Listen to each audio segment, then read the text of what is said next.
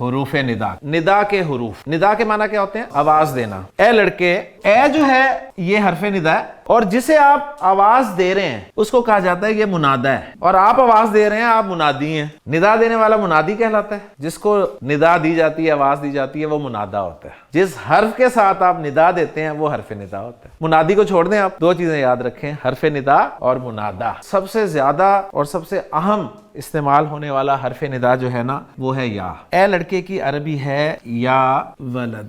یہ معرفہ کی 7ویں قسم ہے کہ کسی نکرہ اسم سے پہلے جب حرف ندا یا آ جائے تو وہ نکرہ بھی معرفہ ہو جاتا ہے۔ حرف ندا اور جو منادہ ہے نا، اس کے کمبینیشنز کی کچھ صورتیں ہیں۔ پہلا کمبینیشن جو ہے یا پلس یا کے بعد منادہ کوئی تنوین والا اسم ہو، تو اس کی ایگزامپل بھی ساتھ رکھتا ہوں میں۔ یا پلس زیدن از اکول ٹو، یہ کیا بنے گا؟ اس کو اب ذرا اچھی طرح نوٹ کر لیں، یہ بن جائے گا جی یا زیدو۔ جب یا استعمال ہوگا تنوین نہیں بولنی اور پیش کے ساتھ ہی بولنا ہے، اسے نہ زبر لگانی ہے، اس پہ نہ زیر لگانی ہے۔ ولد پہ تنوین آتی ہے نا، تو جب یا لگایا آپ نے اس کے شروع میں تو کیا بن گیا؟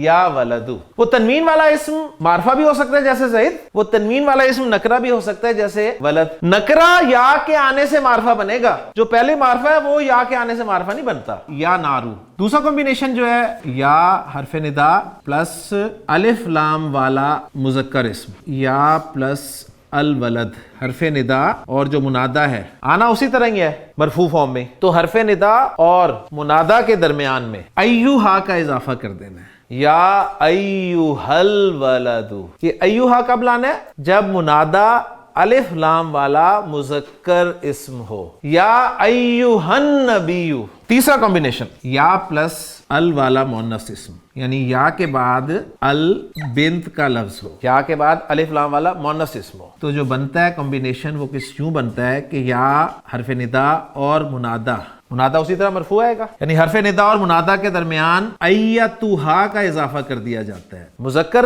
الف لام والے اسم کے لیے ایوہا اور مؤنث الف لام والے اسم کے لیے ایتھا۔ النفس بتائیں مؤنث ہے کہ نہیں ہے؟ نفس مؤنث ہے نا، مؤنث کی پکچر میں رکھا ہوا تھا نفس، تو حرف ندا الف لام والا مؤنث، تو بیچ میں کیا آ گیا؟ ایتھا، یا ایتھن نفس۔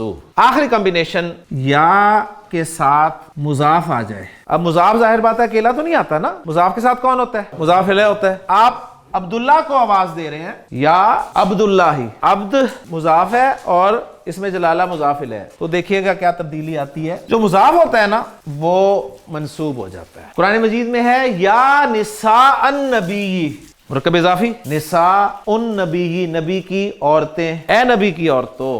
قرآن مجید میں ہے یا بنی اسرائیل، اب یہ بنی جو ہے کون سی آواز ہے؟ اینا، پوری آواز کریں اسے، بنینا۔ جب مثنیٰ یا جمع سالم مذکر مضاف بنتا ہے تو نون ہٹ جاتا ہے نا، تو بنینا تھا، اس کا نون ہٹ گیا تو پیچھے بچا بنی۔ یہ کون سا مرکب ہے جی؟ ربنا، اضافی۔ اسم کے بعد جب بھی ضمیر آ جائے تو پکا مرکب اضافی ہوتا ہے۔ ربنا کا مطلب ہے ہمارا رب، اب آپ اپنے رب کو پکار رہے ہیں، یا لگائیں گے نا شروع میں، تو ربو کیا ہو جائے گا؟ یا ربنا۔ جس کو بار بار پکارنا ہو نا عرب، اس کے لیے پھر یا نہیں لگاتا، وہ کہے گا ربنا۔